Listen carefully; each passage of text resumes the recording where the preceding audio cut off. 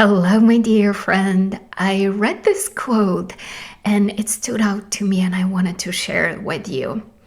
If you truly understood what I'm saying, you would realize the importance of encouraging optimistic, zestful feelings of faith, of cultivating them, for it is far more important to collect them than money.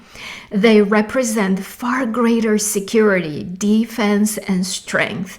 They're far more practical than any negative considerations, regardless of how realistic those might appear at any given time. This quote comes from Seth, and it was spoken on January 16th, 1978.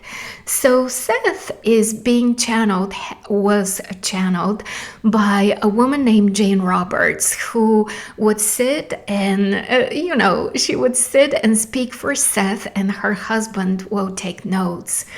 And Seth was referring to Jane as Rupert.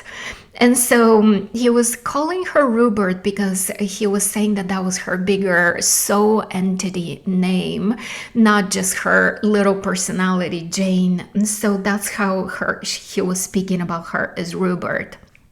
So, of course, I wanted to go into the session and read the session. It's a really good one, so I had to share it with you. And just as a little background, so Jane has some physical issues, and they had read some sessions that they had dictated in 1973. And so they're discovering those notebooks again in 75, reading those old notebooks. And so now Seth is speaking about their experience. And here's what he says. I have little to say, for that notebook contains important insights. Rupert read it and is reading it, looking for those feelings that allowed vast improvements to occur at that time. And for once, he did not look into the past with his usual self-disapproval.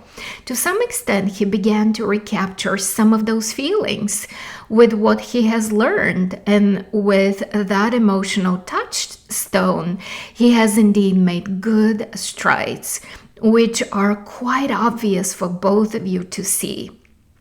I have given you endless material on the importance of significances. Now, just as a side note, significances in the world of Seth means that which is significant to you becomes attracted to you, right? We understand it as the law of attraction. So here's Seth again. I have given you endless material on the importance of significances and how you build upon them according to your focus. In that one area of Rupert's condition, you focus upon the improvements that occur. You do not compare the present situation with the past one in a detrimental manner. You live in the present. All of the recent material I have given you has enabled you to see some considerable results, because for a time you have managed to give yourself some peace of mind, at least enough to move ahead. Rupert recaptured that sense of acceleration, at least momentarily. In Personal Reality, so that's a book that Seth has written, The Nature of Personal Reality. I stressed many of these points for our readers, but you yourselves forget to apply them in that one important area of your lives. The last sessions managed to re-arouse your faith, but you yourself must tend it, as indeed Joseph, you tend your plans. Do not identify with what you think of as past failures. I love this. I have to read it again. Do not identify with what you think of as past failures. The point of power is in the present. And when you believe changes can occur, they do indeed happen.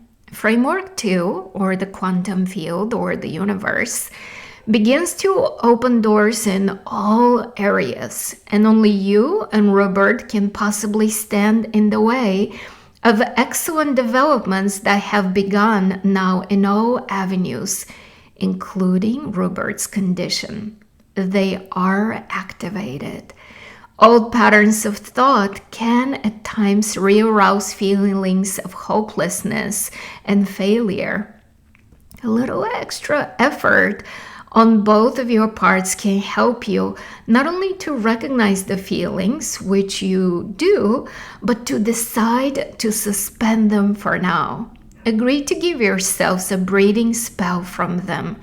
Try to counter them. If Robert is showing improvements, then let these rise to your attention. The material in the last 2 sessions explains why it is so easy to feel disapproval. To some extent, the same applies to whatever you do physically, for you compare it to what you think you should be doing that is perhaps more vigorous. You can break those habits of thought. Robert certainly has made some strides of late, and so have you. Those thoughts bring you precisely what you say neither of you want. I suggest you read the late sessions again, and I imagine that by our next session you will be both in better frame of mind, unless you allow your discouraging feelings to predominate, which would be a vast mistake. Oh, I love it. When we allow our discouraging feelings to predominate, it is a vast mistake. Oh.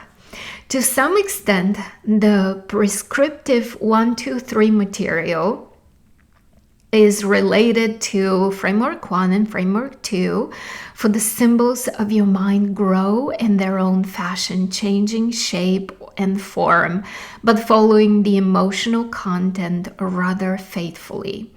If you truly understood what I'm saying, you would realize the importance of encouraging optimistic, zestful feelings of faith, cultivating them, for it is far more important to collect them than money. They represent far greater security, defense, and strength. They're far more practical than any negative considerations, regardless of how realistic those might appear at any given time.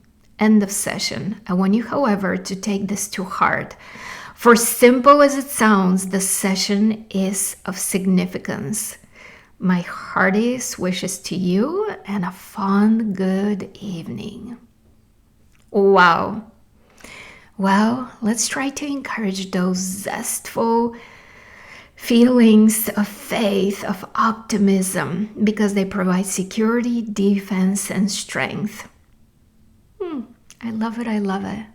True abundance of faith.